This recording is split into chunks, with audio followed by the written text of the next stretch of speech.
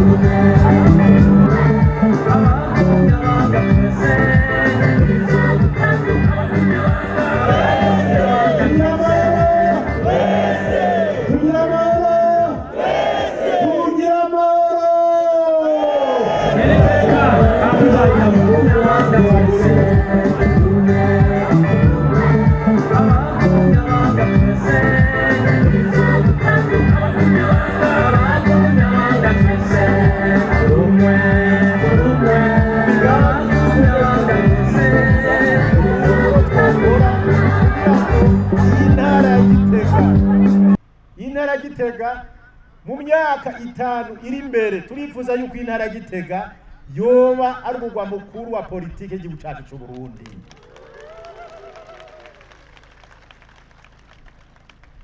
Inama nshingamateka ikimuka ikamarira mu bushuhe, bakora mu bushuhe bashobora mu mitwe, bakazana ameze neza arakaga kezi n'amashingamateka nkenguzamateka begera abanyagihugu hagati n'hagati mu buzima bw'igihugu.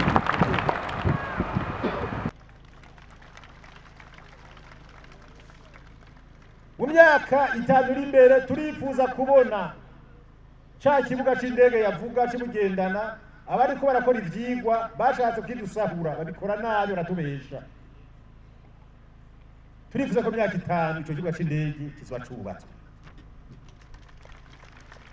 Ivyigwa byaraheze. Turifuza kandi yuko ho kubakwa ibarabara ry'indarayi. Iryo barabara ry'indarayi rizova muri Tanzania rice mu Cankuzo riduge ahijya mu Rutana riduge cenga Igitega ribandanye ni Bujumbura no muri Republika ya Demokarasi ya Kongo. Dutwara ibidandazo byacu hamwe n'ubutare bwacu.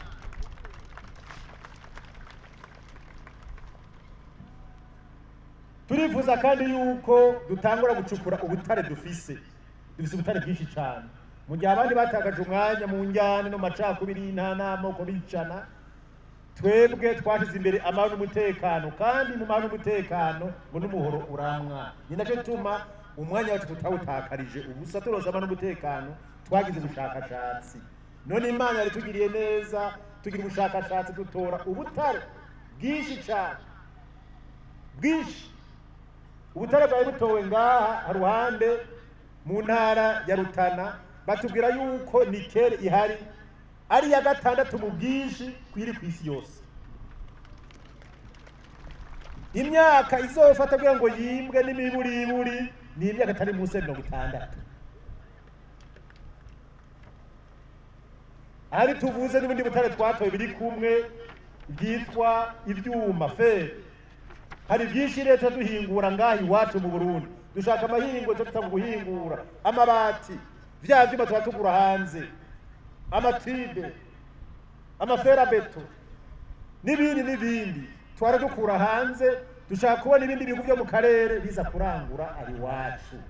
Bisigura ko amabarabara yanyu yose muvuga avanga cyangwa Igitega yinjira muri Karusi, yinjira muri Rutana, ayo mabarabara yose ni ngombwa atiza kuja mu kaburimbi.